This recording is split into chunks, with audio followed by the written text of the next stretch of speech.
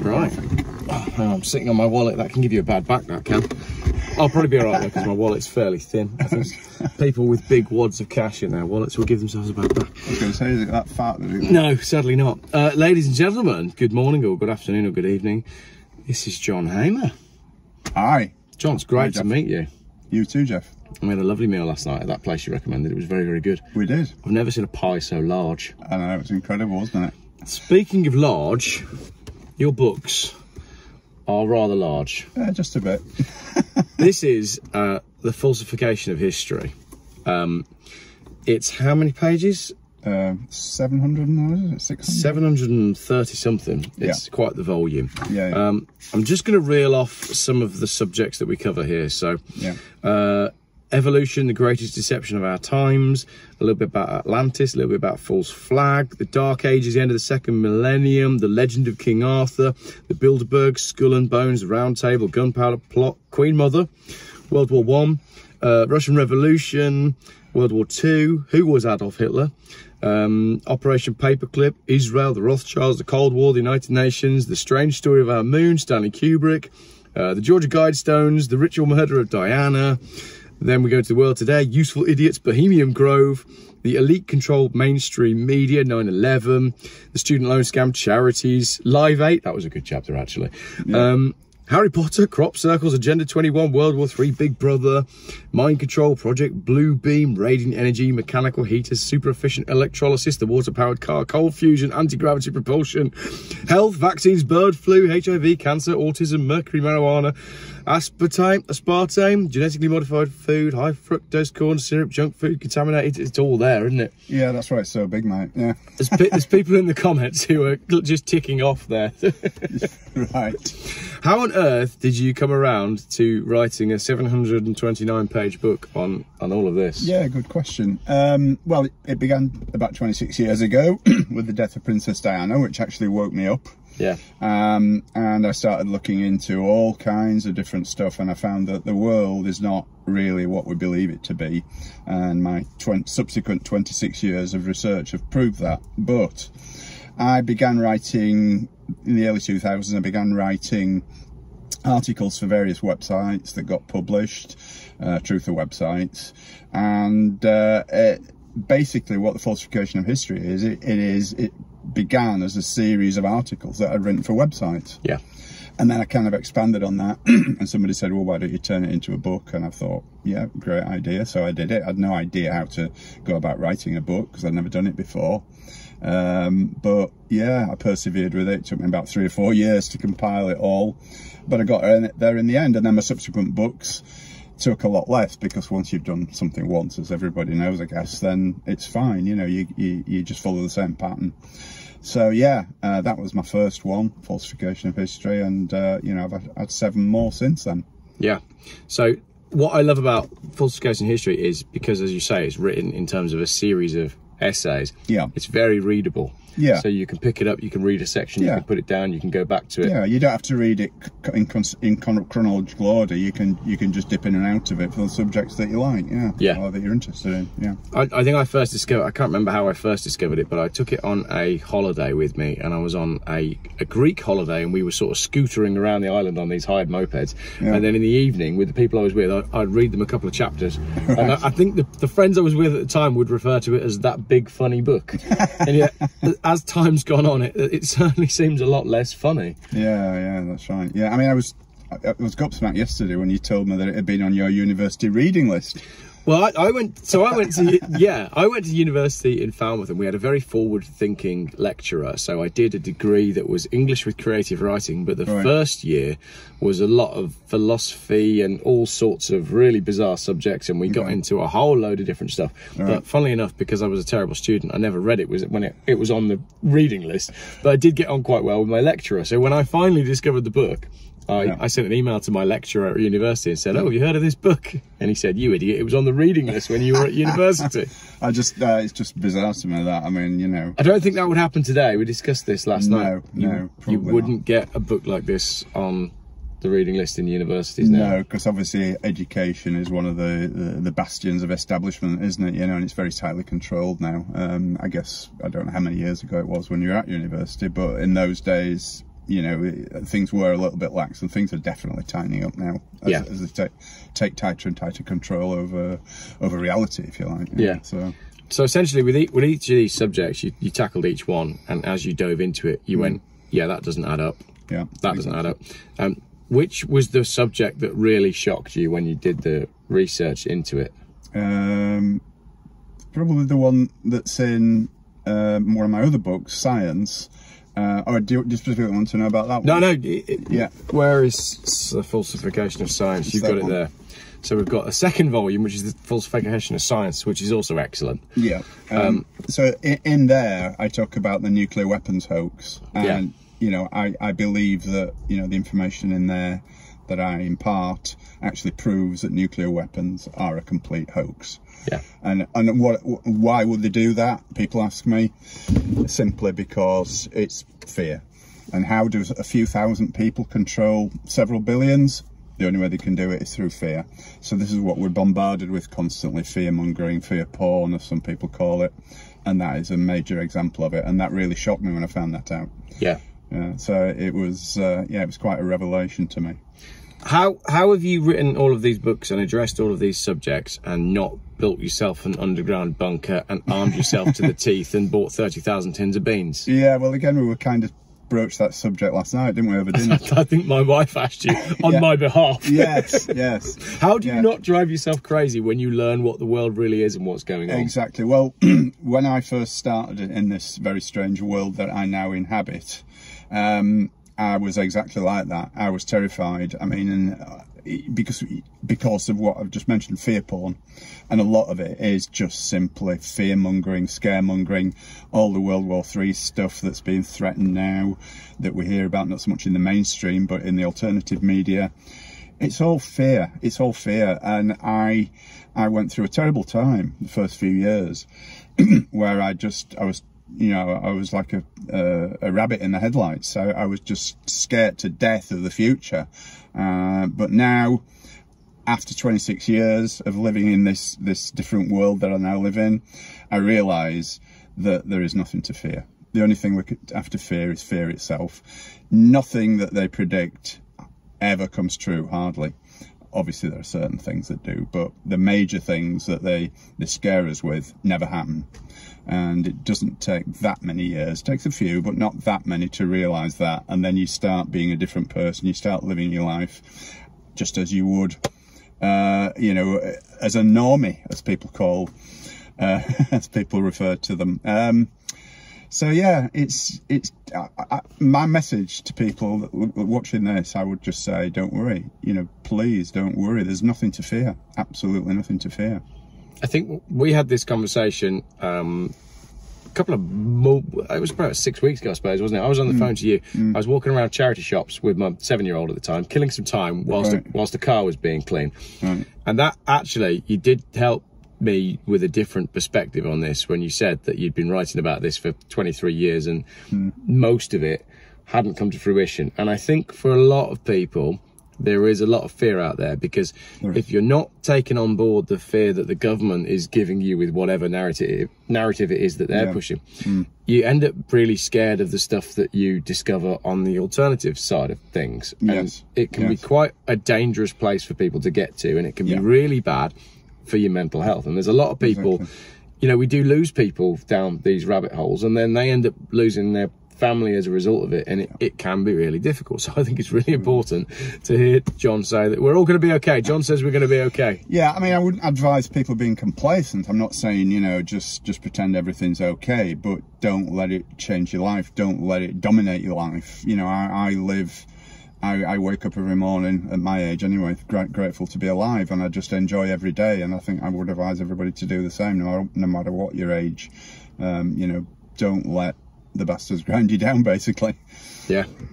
To quote that dystopian, that wonderful dystopian book, The Handmaid's Tale, which is another one that I had to read for college. But yeah, so these things, they haven't yet happened. No. But I think your books are a great read. There's some fantastic stuff in there about what can we talk about freely for YouTube. you need to know that there's quite a lot of stuff in these books that we can't talk about freely for YouTube. Yeah. But I think Titanic is one that we can. Yeah. So could you give us a brief synopsis of your take on Titanic? Because again, Titanic it's a huge story culturally. Yeah. Huge movie. Everyone talks about it. Kids learn about it at school.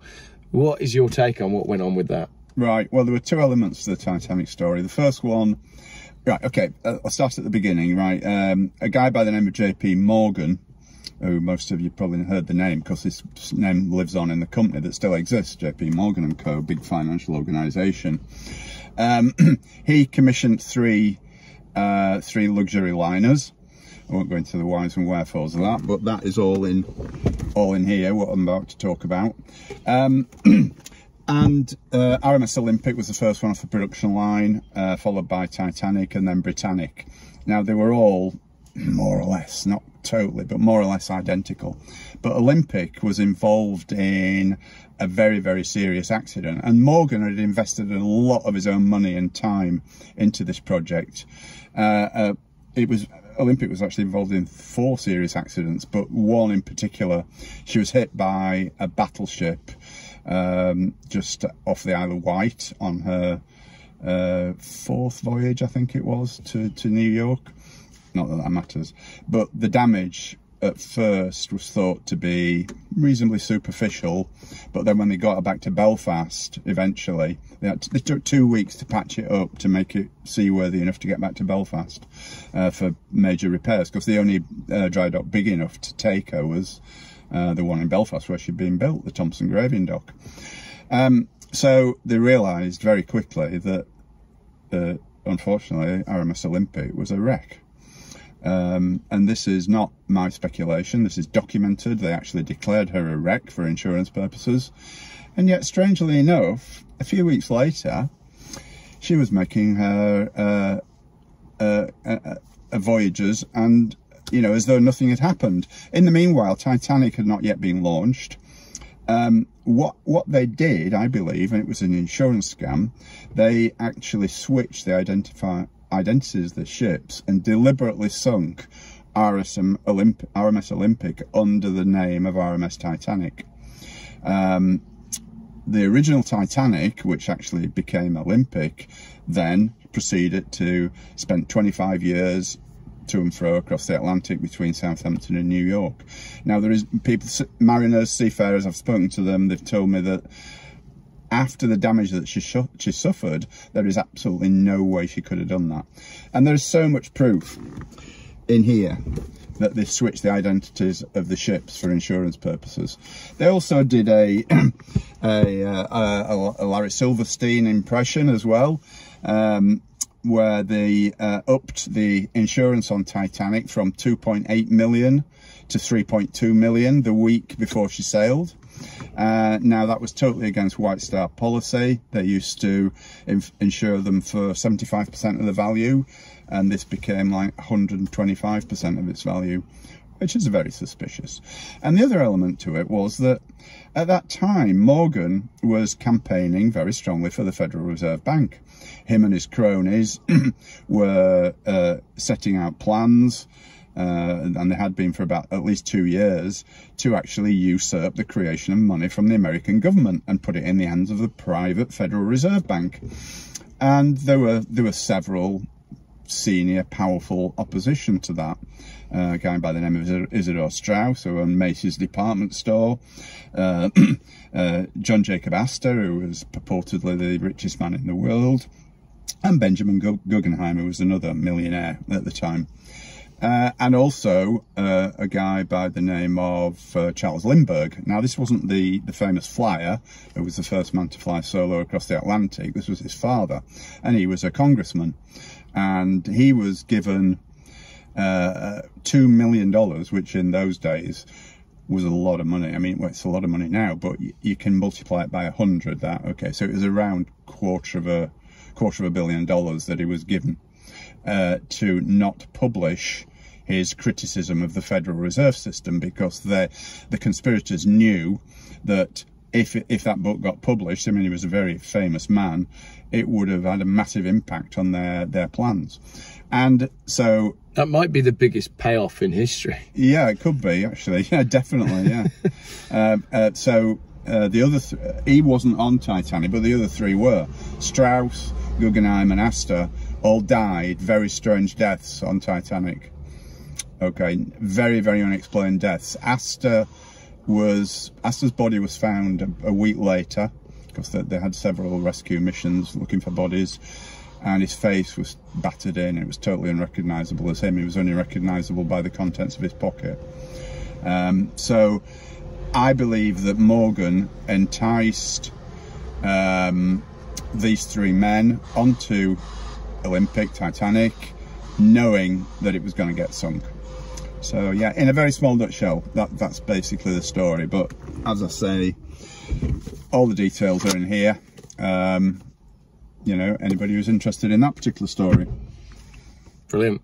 And there's lots of little stories like that as well, which are in all of the books. So yeah. Where can people, well, you do some talks. You've got a bit of a talk schedule when you... Yeah, I do. If you're not banned from venues for being too controversial, which I believe has happened. It's happened several times, yeah. Not so much the organisers of the talk, but sometimes perhaps the owners of the venues have cancelled me.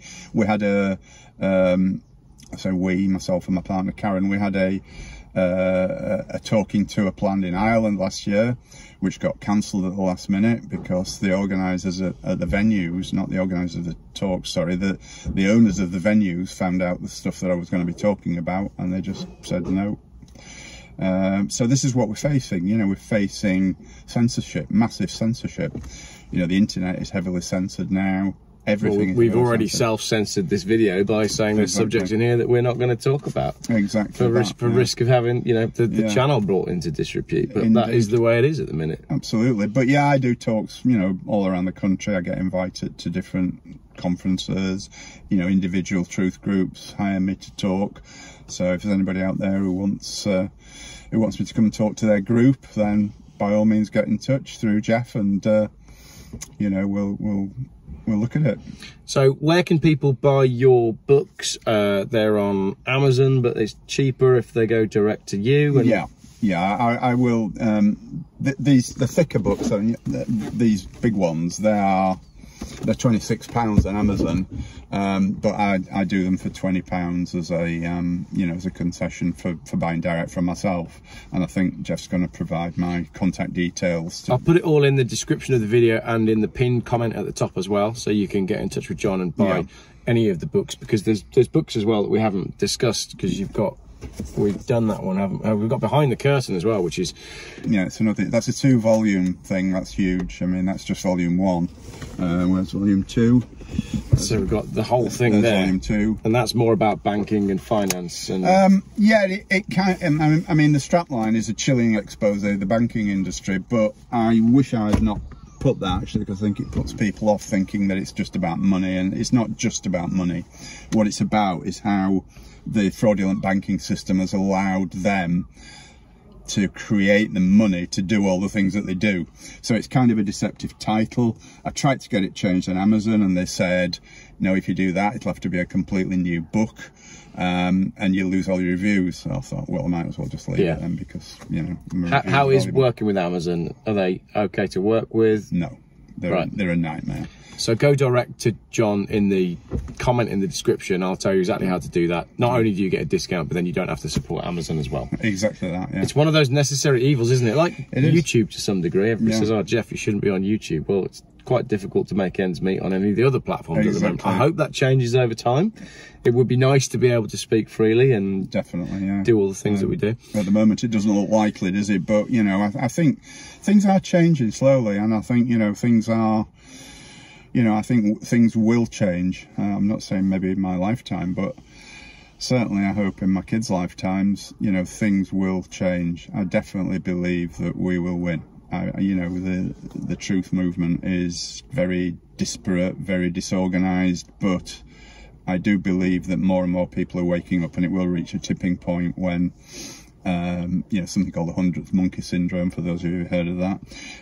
Once that's achieved, I think the whole world will become aware, and these people will have nowhere to go. So again, this is why I would say don't worry too much, but don't be complacent, but don't worry too much. It's starting to feel that way as well, isn't it? So if the death of Diana for you was your calling moment, I think for a lot of people, and again, we discussed this in more detail last night, not going to talk about it too much on the channel, but the big C word that came around in 2019, 2020, for many people, and everything that's happened since with what's going on with the V and the reactions and all this sort of stuff, it's starting to get people to realise that not all is as it seems. Absolutely. Everywhere I go, people tell me that that's what woke them up, you know, and I, you know, when I first became aware and awake, I didn't know anyone else. I didn't know a single soul. I thought I was, you know, alone in the world. But now it's fairly common to overhear people say in cafes or pubs talking about things, you know, and it's great. I love it. And, you know, I mean, I'm not saying that we're there yet. There's a long way to go, but we will get there. Absolutely. Lastly, let's talk about cars. Oh. So we're in my Volvo, which we ran up last night in. We did 200 miles-ish on the way up to you. We had a lovely drive before we went out for dinner. And you drive... Well, firstly, if you're watching and you've watched this video, see if you can guess what car John drives. At this point, I'm going to give you a couple of seconds just to try and work out what car John actually drives. Right, time's up. A Jaguar S-Type. An S-Type. 3 litre, I believe. 3 litre. Which we were discussing earlier on. It's fairly low mileage, and you bought it fairly cheap. Yeah, I did, yeah. I paid 1,200 quid for it. Yep. It's old, it's 22 years old, but it's only got 60,000 miles on the clock. Yeah. And she's a little dream, you know, she's wonderful. Apart from that one warning light you told me about. What have you done about that warning light, John? I covered it up with a black dot, a sticky black dot, and so now you can't see it, so it doesn't exist. It's gone away. In fact, it's pretty much the way that the medical profession works, isn't it? You know, they don't cure things, they just cover it up. Yeah. And you can read all about that in all manner of John's books. John's been an absolute pleasure. I was really looking for... When I first read your content out on one of my videos, and then I saw that I'd got an email from you, I had a moment when I thought, oh no, this is a copyright infringement thing. And I was so thrilled to see that you'd seen the video and you were pleased that it was on the channel, and then you'd sold some books as a result of it. Fantastic. And then we got chatting after that, and I'm really glad to put a face to a name and spend some time with you. So thank you very much. My wife was really quite starstruck, actually. It was quite funny. Oh, bless her. She couldn't believe that we were coming up to have dinner with a well-known author. So, ladies and gentlemen, that's John. All the details for how to get John's books are in the descriptions. I can't recommend them enough. I've read most of them, and I can highly recommend Falsification of History, but it's probably worth buying 2 copies, because what's going to happen is you're going to buy 1 copy, you're going to get through certain bits of it, and then you'll be round at a friend's house having coffee or a beer, and you'll be like, do you know what, you really should read this book. So you need to buy 2 so that you can gift 1 to somebody else. But yeah, thanks very much, John. Thanks, Geoff. Really good to chat to you. What's in the pipeline? Have you got anything else coming up? You've got a couple of... Have you got any confirmed dates for people for talking venues? Yeah, I've got a couple of talks in the southwest. I'm talking in Stroud in 2 weeks on Friday, Saturday, and then the following Tuesday. I've got 2 talks in Stroud and then 1 in Weston-super-Mare. So subjects TBC. Yes. Yeah. No, actually, it's confirmed in Weston-super-Mare. I'm talking about Jack the Ripper and the Princess Diana connection. Oh, that is fascinating. That's all. I read that recently whilst we were on holiday. I went back to that, and that is absolutely fascinating. If all of that is true, then it's pretty astonishing. I believe it to be true. I mean, my research tells me it is, but you know. And again, I always go back to the fact that if the powers that be and the media are making a big fuss about something, then there's probably something else going on in the background. And how many documentaries have we had about Jack the Ripper? Exactly. It's constant. Yeah, there's always some new suspect, isn't there? You know, and you know, it's always a single person as well. And the significant thing about that is the guy who was in charge of the Ripper investigations, Frederick Aberline, he absolutely stated, and his notebook proves it, that he knew that it was more than one person.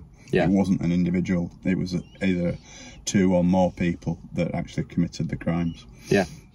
Brilliant. Well, thank you very much for the video. I think I'll probably go through the comments on this video and come up with 1,000 questions, and we're probably going to have to come up here and do this again later in the year. Oh, sounds great. More than welcome. I really enjoy just going through the different subjects as well, so maybe we could take a little look at some of the other books and work out which chapters we could discuss together in detail. Yeah. But do go get yourself one, or as I said, 2 of John's books in the description. Let me know in the comments what you thought of the video, and let me know what subjects you'd like to hear us talk about, and maybe I'll go and buy another car and run up here in another car, maybe something that's better on fuel, because this one's been shocking. 25 miles to the gallon is all I got out of it yesterday. Yeah, I get about 30 out of mine, so it's not so bad. That's not bad going. Yeah, it's pretty good, yeah. Brilliant. Thank you very much, everybody, for watching. Thank you, John, for being on camera, and thanks, Geoff. Books are available on the description and in the comments. Thank you. I think the thing is, there's a little bit on the end here, when you read about this sort of stuff, yes, you could say it's going to impact my life in a negative way, because then I'm going to have to walk around carrying all of that. But particularly when you get into the health stuff, it changes the way you look at food. It changes the way you look at medicine. It changes the things that you have in your house, the chemicals that you have around you.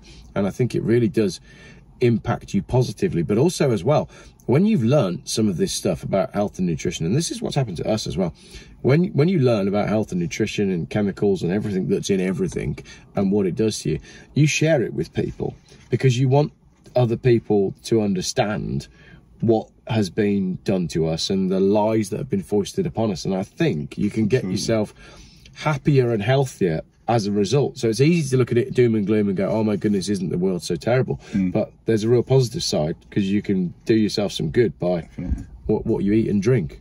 Not all the time, because nobody's perfect, but we've certainly changed our diet and the type of stuff that we have in the house. Yes. Do you do anything for your drinking water? Yeah, we have a Berkey filter. Right, okay. Which costs about £400, and yeah, I mean, because I'm sure everybody's aware, but normal drinking water, tap water, is full of chlorine. And chlorine is incredibly bad for you, incredibly, even in small quantities. You know, somebody sent me an article about it a couple of weeks ago, which was very, very interesting, and it says what chlorine does to your body, and it's not nice. Yeah. So I would recommend anybody, don't drink tap water. You know, don't drink it in pubs. You know, when you go, you know, they say, do you want sparkling still or tap? Do not say tap. Just pay that £1 or £2 or whatever it is for a bottle of water. It's not, bottled water's not great, don't get me wrong, but it's way, way better than tap water. Yeah. So yeah, we have filtered water. So is that filtered at the point it goes into the house? No, it's just it's a freestanding device. It's about that tall. Yeah. You top it up, and it goes through all the different filters. It filters out, you know, all the nasties. Fluoride. We don't have fluoride in the water here, fortunately, but there is a fluoride filter in there. Lots and lots of different filters. It's an expensive thing, but it's well worth it for your health's sake. We've just done the same as well, so we can't put a filter on what's going into the house where we are, but we've got, like you say, a sideboard mounted one. Yes. And we set it up just the other day and did a taste test, and it's really quite interesting just how different it is. Oh, yeah, it tastes like proper water. You know, it does. And when you go back to, if on the odd occasion you do drink tap water for whatever reason, whether you're swilling your teeth out, you know, after brushing them, you can taste the chemicals and the chlorine in it, and it really tastes vile when you've been used to fresh water. I might do a separate video on this then, because I'll review ours, and maybe I can find a sponsor for the channel that wants to sponsor me and give us, you know, the filters and stuff. But I've always said, like, I don't mind promoting products on the channel if it's products that I believe in and that we use. I'm not just going to go and get sponsored by any company that is making usually Android CarPlay systems for cars, and there's absolutely nothing wrong with an old-fashioned tape adapter and an iPod. Fantastic. Brilliant. Thanks, John. Cheers, mate.